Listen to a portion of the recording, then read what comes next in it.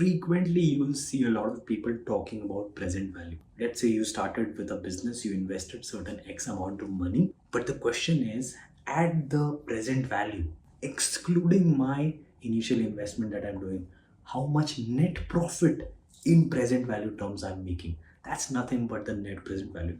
But how do you calculate that manually as well as using the function? The problem with understanding net present value, people usually think it's a very different concept, and that's what happens. That's when you're trying to answer this question in the interviews, you tend to explain this in a very confused manner, right?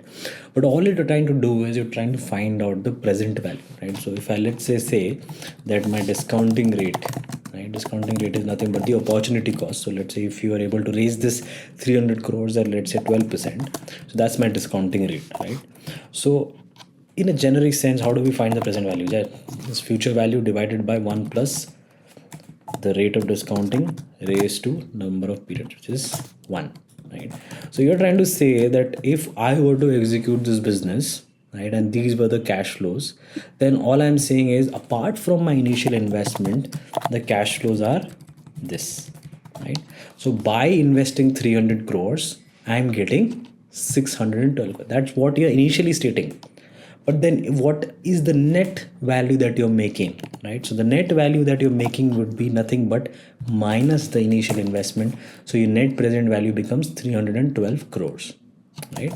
So in the function also, you need to be a little more careful, right? What people do is this: they will use the NPV function, select the rate, and select the cash flows from minus 300 to all the way up to year 6, and you get an incorrect answer, right?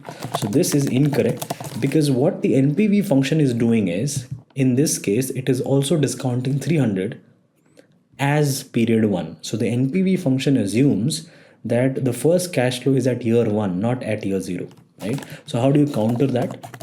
So NPV rate is 12%. You start with the first year's cash flow and you add the initial investment separately, and then you will get the absolutely correct answer, which we also found using the manual method. In fact, in a lot of financial models, it makes more sense to do the present value and the net present value calculation manually, because you clearly understand what is actually happening, right? So that's a very short video on how the net present value function works. I hope to see you in the next lecture. Bye bye.